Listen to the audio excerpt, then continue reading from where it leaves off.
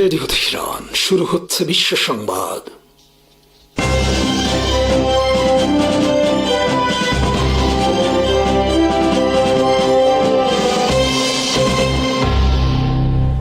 শুরুতেই সংবাদ শিরোনাম। ইরানের মিসাইল গুদামে 2.5 টন ওজনের বাংকার ব্লাস্টার বোমা হামলা যুক্তরাষ্ট্রের। ইরান হিজবুল্লাহর যৌথ হামলায় জ্বলছে ইসরায়েল। ইরানের শাহেদ ড্রোন হামলা ঠেকাতে আরব দেশগুলোতে আনা হয়েছে শত শত ইউক্রেন সেনা। ইরান যুদ্ধের বিরোধিতা করে ট্রাম্পের শীর্ষ কর্মকর্তার পদত্যাগে তোলপাড় গোটা আমেরিকায়। ইরানের দ্বিতীয় সর্বোচ্চ নেতা আলী লারিজানির হত্যার প্রতিশোধের অঙ্গীকার ইরান আর্মির। পারস্য উপসাগরের পথে কয়েক হাজার সেনা নিয়ে যুক্তরাষ্ট্রের মিনি বিমানবাহী রণতরী। যুক্তরাষ্ট্র ইরানে 5,000 পাউন্ড বা প্রায় 2.5 টন ওজনের বাংকার ব্লাস্টার বোমা হামলা চালিয়েছে। এটি একটি জিপিএস গাইডেড বোম। মঙ্গলবার ইরানের মিসাইল ঘাঁটি লক্ষ্য করে ব্যাপক বিধ্বংসী ভারী বোমা হামলা চালিয়েছে যুক্তরাষ্ট্র। মাটির গভীরে থাকা লক্ষ্যবস্তুতে আঘাত করার জন্য যুক্তরাষ্ট্র তৈরি করেছে এই বোমা। এর নাম GBU-72। মার্কিন সেন্ট্রাল কমান্ড এক্সে দেয়া এক পোস্টে জানিয়েছে, মঙ্গলবার হরমুজ প্রণালী বরাবর অবস্থিত মাটির গভীরে ইরানের ক্ষেপণাস্ত্র ঘাঁটিগুলো লক্ষ্য করে 5,000 পাউন্ডের গাইডেড বোমা নিক্ষেপ করেছে। হামলায় একাধিক বোমা মাটি ভেদ করে পাতাল ঘাঁটিতে পৌঁছাতে সক্ষম হয়েছে। ফলে ধ্বংস হয়েছে বিপুল সংখ্যক ব্যালিস্টিক ও ক্রুজ মিসাইল। এসব মিসাইল ইরান ব্যবহার করছিল হরমুজ প্রণালী বন্ধ রাখার ক্ষেত্রে। যুক্তরাষ্ট্রের তৈরি GBU-72 বাংকার ব্লাস্টার বোমা এটি লেজার গাইডেডের পরিবর্তে একটি জিপিএস গাইডেড বোমা। ফলে বৃষ্টি, রোদ, বরফ সব অবস্থাতেই এটি লক্ষ্যে আঘাত করতে পারে। ইরানের মিসাইল ঘাঁটির পাশাপাশি যুক্তরাষ্ট্র মঙ্গলবার হামলা চালিয়েছে ইরানের পারমাণবিক শক্তি চালিত একটি বিদ্যুৎ কেন্দ্রে। আক্রান্ত এই কেন্দ্রটি পশ্চিম ইরানের বুশেহরে অবস্থিত। তবে হামলায় বড় ধরনের ক্ষতি হয়নি বলে জানিয়েছে ইরান। ইরানের শাহেদ ড্রোন হামলা মোকাবেলায় যুক্তরাষ্ট্রের অনুগত আরব দেশগুলোতে কাজ করছে ইউক্রেনের 2 শতাধিক সামরিক বিশেষজ্ঞ। ইউক্রেনের প্রেসিডেন্ট ভলোদিমির জেলেনস্কি মঙ্গলবার প্রকাশ করেছেন এই তথ্য। তিনি বলেছেন, 200 জনেরও বেশি ইউক্রেনীয় সামরিক বিশেষজ্ঞ বর্তমানে মোতায়েন রয়েছে উপসাগরীয় আরব দেশগুলোতে। ইরানের শাহেদ ড্রোন হামলা থেকে আরব সরকারগুলোকে প্রতিরক্ষায় সহায়তা করছেন তারা। মঙ্গলবার লন্ডনে যুক্তরাজ্যের পার্লামেন্টের কয়েক ডজন সদস্যের উদ্দেশ্যে দেওয়া এক ভাষণে ইউক্রেনীয় নেতা বলেন, এই অঞ্চলে 201 জন ইউক্রেনীয় ড্রোন বিরোধী বিশেষজ্ঞ রয়েছেন এবং আরও 34 জন মোতায়েনের জন্য প্রস্তুত। জেলেনস্কি বলেন, এরা এমন সামরিক বিশেষজ্ঞ যারা জানেন কিভাবে সাহায্য করতে হয়, কিভাবে শাহেদ ড্রোনের বিরুদ্ধে প্রতিরোধ করতে হয়। জেলেনস্কি বলেন, আমরা 2022 সাল থেকে ইরানের শাহেদ ড্রোন হামলা মোকাবেলা করে আসছি এবং আমরা এর প্রতিরোধ ব্যবস্থাও উদ্ভাবন করেছে। ফলে আমরা জানি কিভাবে ইরানের এই ড্রোন মোকাবেলা করতে হয়। আমাদের সেই অভিজ্ঞতা দিয়ে এখন সাহায্য করছি আরব দেশগুলোকে। জেলেনস্কি বলেন, ইরান প্রথমে শাহেদ ড্রোন দিয়ে সহায়তা করে রাশিয়াকে। পরে ইরান রাশিয়ার কাছ থেকে উন্নত যন্ত্র সংগ্রহ করে শাহেদ ড্রোনকে আরো শক্তিশালী করেছে। ইরান বিভিন্ন আরব দেশে যেসব শাহেদ ড্রোন হামলা চালিয়েছে তাতে রাশিয়ার যন্ত্রাংশ পাওয়া গেছে। যুক্তরাষ্ট্র ইসরায়েলের হামলায় মঙ্গলবার নিহত হয়েছেন ইরানের শীর্ষ নিরাপত্তা কর্মকর্তা আলী লারিজানি ও স্বেচ্ছাসেবক বাহিনী বাসিজ প্রধান জেনারেল গোলাম রেজা সুলাইমানি। ইরান সরকারিভাবে এই 2 নেতার মৃত্যুর খবর স্বীকার করেছে। ইরানের সর্বোচ্চ ধর্মীয় নেতা আলী খামেনির পর আলী লারিজানি এই যুদ্ধে নিহত দ্বিতীয় সর্বোচ্চ নেতা। তাকে ইরানের রাষ্ট্র কাঠামোর দ্বিতীয় শক্তিশালী পিলার বা ভিত্তি হিসেবে আখ্যায়িত করা হতো। তিনি ছিলেন ইরানের সর্বোচ্চ জাতীয় নিরাপত্তা পরিষদ SNSC প্রধান। ইরানের সাবেক স্পিকার আলী লারিজানি আলী খামেনির একজন অন্যতম উপদেষ্টা হিসেবেও কাজ করেছেন। পশ্চিমাদের সঙ্গে ইরানের পারমাণবিক চুক্তি বিষয়ক আলোচনায় তিনি গুরুত্বপূর্ণ ভূমিকা পালন করেছেন। আলী লারিজানি একজন উচ্চ শিক্ষিত পণ্ডিত ব্যক্তি হিসেবে বিশ্বে পরিচিত। তার লেখা বই পড়ানো হয় বিশ্বের নামকরা কয়েকটি বিশ্ববিদ্যালয়। ইসরায়েলের বোমা হামলায় মঙ্গলবার তিনি তার ছেলে সহ নিহত হয়েছেন। আলী লারিজানির মৃত্যুর উপযুক্ত প্রতিশোধ নেওয়ার ঘোষণা দিয়েছে ইরান আর্মি ও এলিট ফোর্স IRGC। ইরান সেনাপ্রধান আমির হাতামি এক বিবৃতিতে বলেছেন, রক্ত পিপাসু জায়নবাদী ইসরায়েল ও তার প্রভু শয়তান আমেরিকাকে লারিজানিকে হত্যার উপযুক্ত মূল্য দিতে হবে। আলী লারিজানি ও বাসিজ বাহিনীর প্রধানকে হত্যা ইরানের বিরুদ্ধে পশ্চিমাদের আরেকটি বড় আঘাত হিসেবে আখ্যায়িত করেছে পশ্চিমা গণমাধ্যম।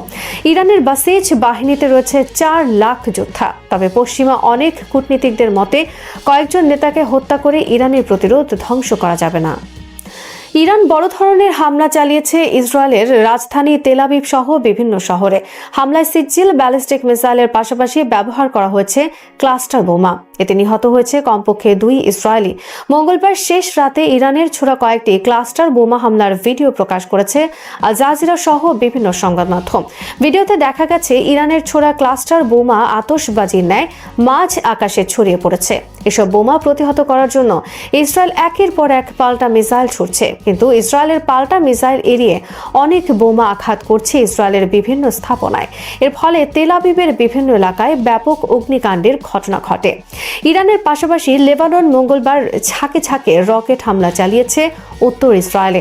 জবাবে ইসরায়েল গোটা লেবাননে মঙ্গলবার ধ্বংসাত্মক হামলা চালিয়েছে। এতে নিহত হয়েছে অর্ধশতাধিক লেবানিজ। মঙ্গলবার ইরান ও ইরানপন্থী মিলিশিয়া বাহিনী দ্বিতীয় দফায় হামলা চালিয়েছে ইরাকের আমেরিকান দূতাবাসে। এর আগে সোমবার আমেরিকান দূতাবাস ও কয়েকটি লক্ষ্যবস্তুতে হামলায় নিহত হয়েছে কমপক্ষে 4 জন। ইরান যুদ্ধের বিরোধিতা করে পদত্যাগ করেছেন ট্রাম্প প্রশাসনের শীর্ষস্থানীয় কর্মকর্তা কেন্ট জো। তিনি যুক্তরাষ্ট্রের কাউন্টার টেরোরিজম সেন্টারের প্রধান। ডোনাল্ড ট্রাম্প যুক্তরাষ্ট্রের গুরুত্বপূর্ণ বিভিন্ন প্রতিষ্ঠানের প্রধান হিসেবে যাদেরকে নিয়োগ দিয়েছেন তাদের মধ্যে অন্যতম কেন্ট জো, এবং তিনি ট্রাম্পের খুবই ঘনিষ্ঠ ছিলেন। এ ধরনের একজন কর্মকর্তার ইরান যুদ্ধের প্রকাশ্য বিরোধিতা করে পদত্যাগের ঘটনা তীব্র প্রতিক্রিয়া সৃষ্টি হয়েছে গোটা যুক্তরাষ্ট্র জুড়ে। তিনি এখন আলোচনার কেন্দ্রবিন্দুতে গোটা বিশ্ব জুড়ে। পদত্যাগের কারণ জানিয়ে তিনি দীর্ঘ যে চিঠি লিখেছেন তা ছড়িয়ে পড়েছে গোটা বিশ্বে। চিঠিতে কেন্ট জো লিখেছেন, আমি বিবেকের তাড়নায় ইরানে চলমান যুদ্ধকে সমর্থন করতে পারি না। ইরান আমাদের জাতির জন্য কোনো আসন্ন হুমকি ছিল না। এটা খুবই স্পষ্ট যে ইসরায়েল ও তার শক্তিশালী আমেরিকান লবির চাপে আমরা এই যুদ্ধ শুরু করেছি। কেন্ট জোর বয়স 45 বছর। তিনি ছিলেন একজন আমেরিকান সৈনিক। ইরাক যুদ্ধ সহ কমপক্ষে 11টি যুদ্ধে তিনি অংশ নিয়েছেন। তার স্ত্রীও একজন সৈনিক ছিলেন এবং সিরিয়া যুদ্ধে তিনি নিহত হয়েছেন। কেন্ট জো ছিলেন একজন কট্টর ডানপন্থী। অতীতে তার ডানপন্থী মনোভাব নিয়ে বিতর্ক সৃষ্টি হয়েছে, কিন্তু এ ধরনের একজন কর্মকর্তার এভাবে ঘুরে যাওয়ার ঘটনায় তোলপাড় চলছে আমেরিকা জুড়ে।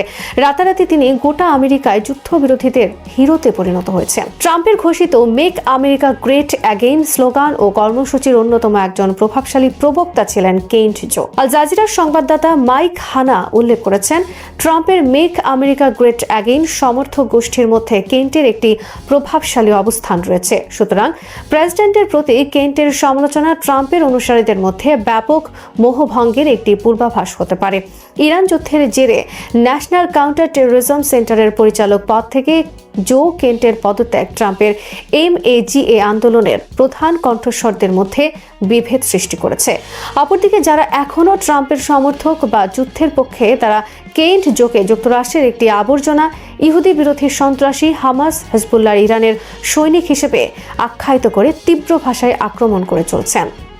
যুক্তরাষ্ট্র ও ইসরায়েল যৌথ সামরিক হামলার পরও কেন ইরান এখনও ক্ষেপণাস্ত্র ছুড়তে পারছে, এই প্রশ্ন এখন সবার। কারণ একদিকে যুক্তরাষ্ট্র দাবি করছে যে তারা ইরানের ক্ষেপণাস্ত্র অবকাঠামোর বড় অংশ ধ্বংস করেছে। অন্যদিকে বাস্তবে প্রতিদিনই উপসাগরীয় অঞ্চলে নতুন করে সতর্কতা জারি হচ্ছে, আকাশ প্রতিরক্ষা ব্যবস্থা সক্রিয় হচ্ছে এবং কখনো কখনো ক্ষেপণাস্ত্র বা ড্রোন প্রতিরোধ ভেদ করে আঘাতও হানছে। এই বৈপরীত্য বোঝার জন্য শুধু কতগুলো ক্ষেপণাস্ত্র ধ্বংস হয়েছে তা দেখা যথেষ্ট নয়। দেখতে হবে ইরানের সামরিক কৌশল, উৎপাদন কাঠামো, ছড়িয়ে থাকা মোবাইল লঞ্চ ব্যবস্থা এবং দীর্ঘমেয়াদী ক্ষয়যুদ্ধের ধারণা কিভাবে কাজ করছে। যুদ্ধের শুরুতে যুক্তরাষ্ট্রের বক্তব্য ছিল যে ইরানের ব্যালিস্টিক মিসাইল সক্ষমতা কার্যত ধ্বংস হয়ে গেছে।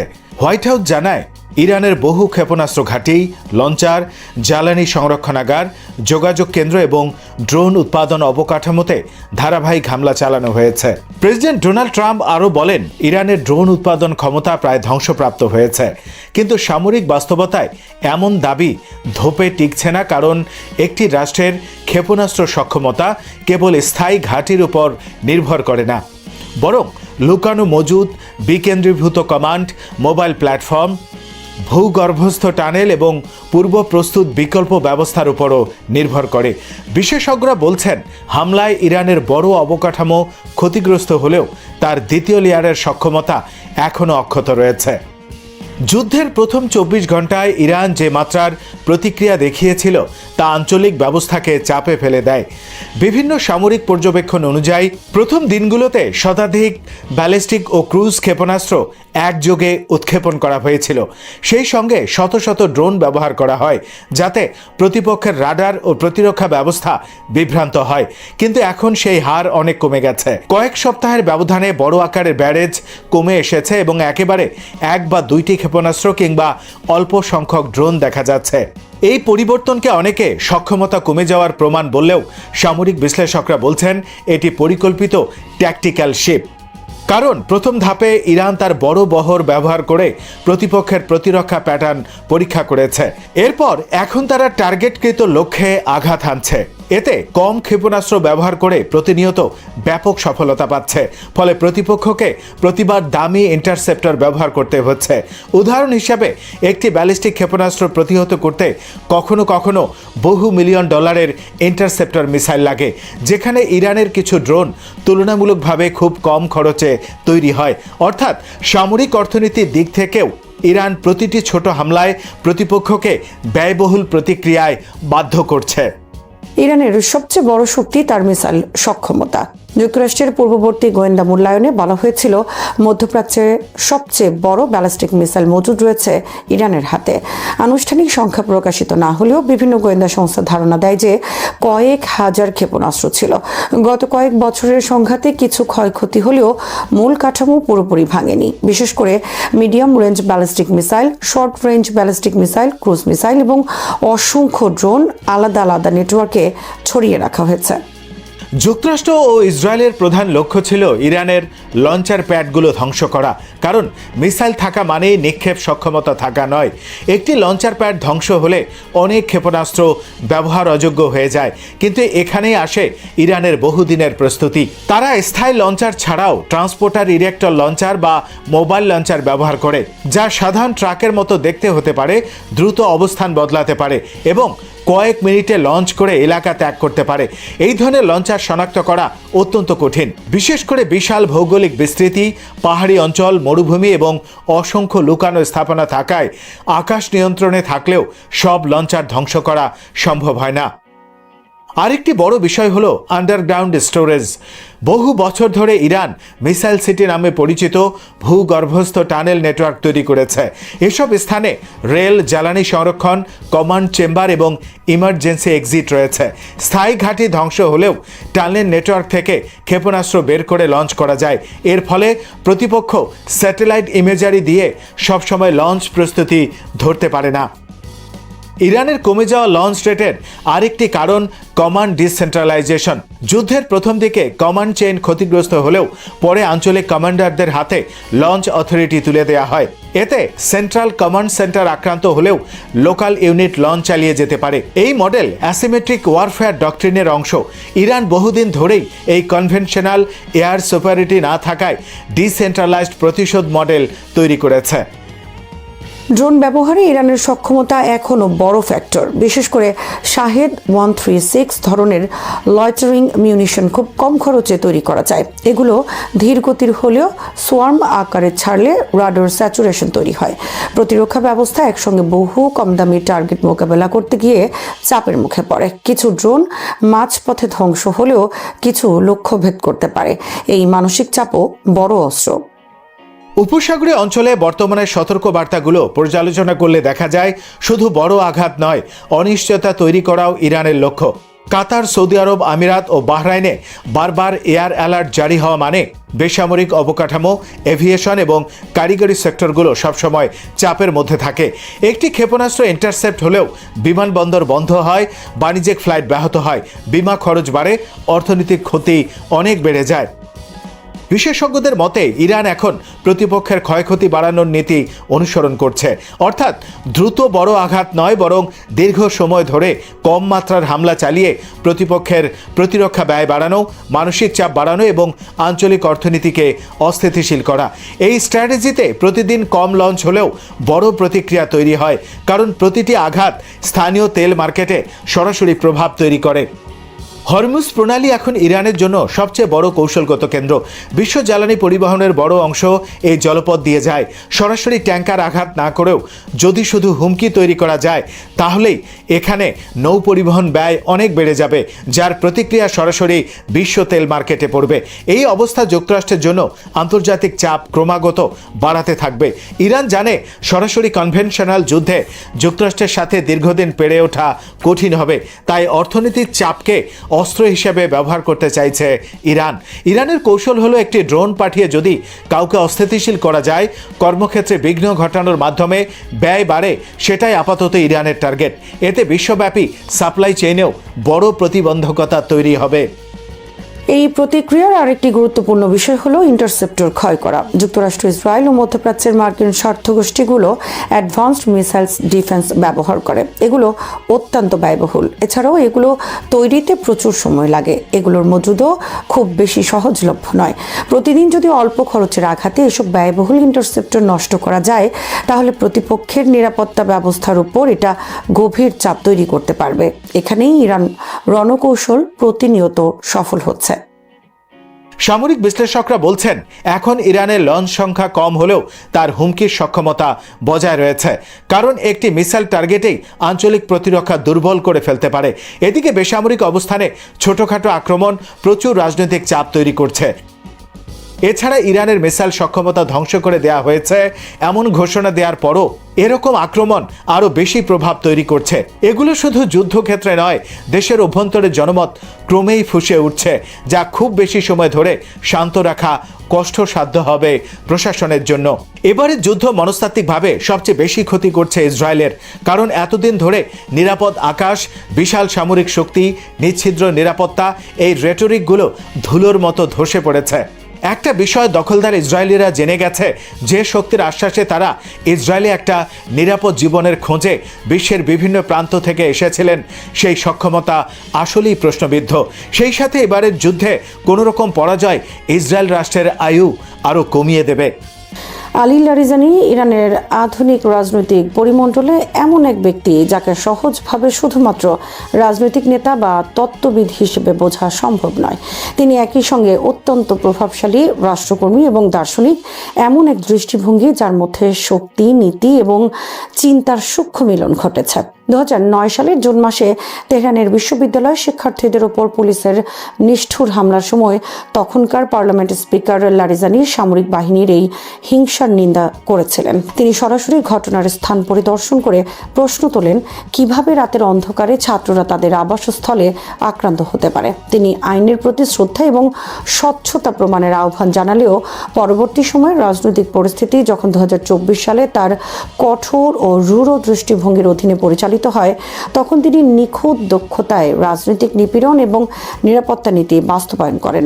জানুয়ারি 2024 সালে যখন বিক্ষোভগুলো ইরানকে অভ্যন্তরীণভাবে বিপন্ন করার পর্যায়ে পৌঁছায়, তখনই আয়াতুল্লাহ আলী খামেনি রাষ্ট্রপতির ক্ষমতা অগ্রাহ্য করে লারিজানিকে নিরাপত্তা বিষয়ক শীর্ষ দায়িত্ব দেন। এই সময় তিনি তার ক্ষমতার পরিধিতে অনায়াসে পুরো দেশকে নিয়ন্ত্রণ করার দায়িত্ব পান, যেখানে বিক্ষোভ দমন এবং নিরাপত্তা নীতি বাস্তবায়ন তার হাতে কেন্দ্রীভূত হয়ে আসে। লারিজানি রাজনৈতিক ক্ষমতার জগতে যে প্রভাব বিস্তার করেছেন তা অত্যন্ত বিস্ময়কর। তিনি 4 দশক ধরে ইসলামী প্রজাতন্ত্রের বিভিন্ন কেন্দ্রীয় ক্ষমতার স্তরে দায়িত্ব পালন করেছেন। রেভলিউশনারি গার্ডে সিনিয়র অফিসার হিসেবে কাজ করা, সংস্কৃতি মন্ত্রণালয়ের প্রধান হিসেবে দায়িত্ব নেওয়া, ইরানের প্রচার মাধ্যম নিয়ন্ত্রণ করা, পার্লামেন্ট স্পিকার হওয়া, রাষ্ট্রপতি প্রার্থী হওয়া এবং শেষ পর্যন্ত জাতীয় নিরাপত্তা পরিষদের প্রধান হিসেবে দায়িত্ব পালন, এই সব পদে তিনি তার প্রভাব বিস্তার করেছেন। রাজনৈতিক ক্ষমতার এই দীর্ঘ প্রায়োগিক জীবন তাকে ইরানের রাষ্ট্র ব্যবস্থার শরীর ও রক্ত হিসেবে প্রতিষ্ঠিত করেছে। রাজনৈতিক ক্ষমতার সঙ্গে তার দার্শনিক চেতনা লারিজানিকে অন্য যে কোনো সাধারণ রাষ্ট্রকর্মীর থেকে আলাদা করেছে। তেহরান বিশ্ববিদ্যালয়ে দার্শনিক হিসাবে লেকচার দেয়া, এমানুয়েল কান্টের দর্শনের উপর বিশদ গবেষণা এবং 6টি দার্শনিক বই প্রকাশ, এই সমস্ত কর্মকাণ্ড প্রকাশ করে যে তিনি শুধুমাত্র নীতি প্রয়োগকারী নন, বরং চিন্তার গভীরতায় নিমগ্ন।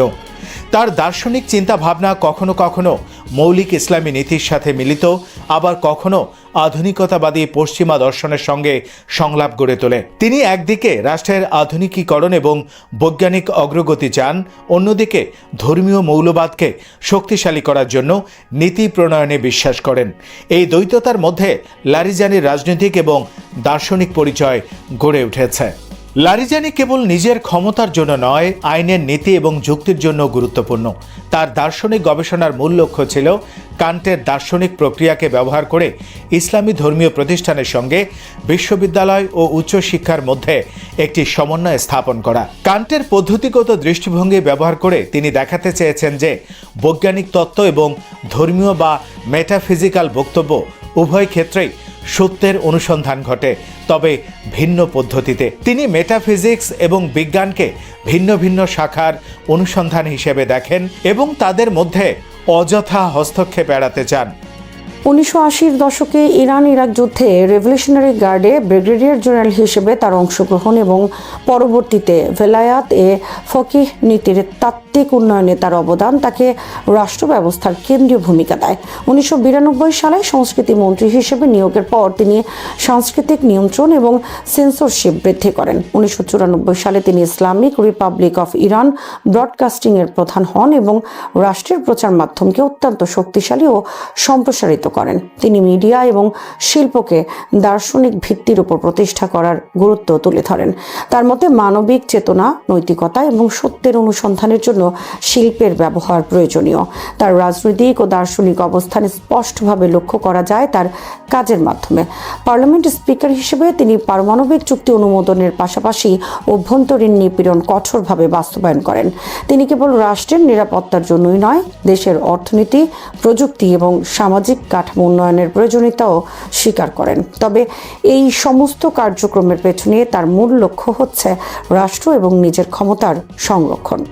লারিজানির দার্শনিক চিন্তা ভাবনা এবং রাজনৈতিক কাজের মধ্যে একটি গুরুত্বপূর্ণ মিল রয়েছে। এটি ফিলোসফার প্রিন্স বা নীতিবান প্রিন্সের ধারণার সঙ্গে মিলে যায়। প্লেটোর দ্য রিপাবলিকে ফিলোসফার কিং এর ধারণা যেভাবে রাষ্ট্রীয় শান্তি এবং ন্যায় প্রতিষ্ঠার জন্য প্রয়োজনীয় বলা হয়েছে, লারিজানিও তার দার্শনিক জ্ঞান ব্যবহার করে রাষ্ট্রের নীতি এবং নিরাপত্তা নির্ধারণে অগ্রণী ভূমিকা পালন করেন। তবে তার লক্ষ্য কখনো কেবল ন্যায় প্রতিষ্ঠা নয়, বরং ক্ষমতা, নিয়ন্ত্রণ এবং ধর্মীয় আদর্শের সংরক্ষণও সমানভাবে গুরুত্বপূর্ণ। তার দার্শনিক দৃষ্টিভঙ্গি এবং রাজনৈতিক কর্মকাণ্ডের মধ্যে একটি স্পষ্ট দ্বন্দ্ব লক্ষ্য করা যায়। তিনি একদিকে মানবিক স্বাধীনতা, মত প্রকাশের স্বাধীনতা এবং বৈজ্ঞানিক অগ্রগতির প্রয়োজনীয়তাকে স্বীকার করেন, অন্যদিকে তিনি ধর্মীয় মৌলবাদ এবং রাষ্ট্র নিয়ন্ত্রণকে প্রাধান্য দেন। এই দ্বৈততা তার নীতিতে এবং ব্যক্তিগত জীবনের নানা ক্ষেত্রে প্রতিফলিত হয়েছে। উদাহরণস্বরূপ, তার কন্যা যুক্তরাষ্ট্রে চিকিৎসা গবেষক হিসেবে কাজ করেছেন, কিন্তু তার রাজনৈতিক অবস্থানের কারণে চাকরি হারিয়েছেন।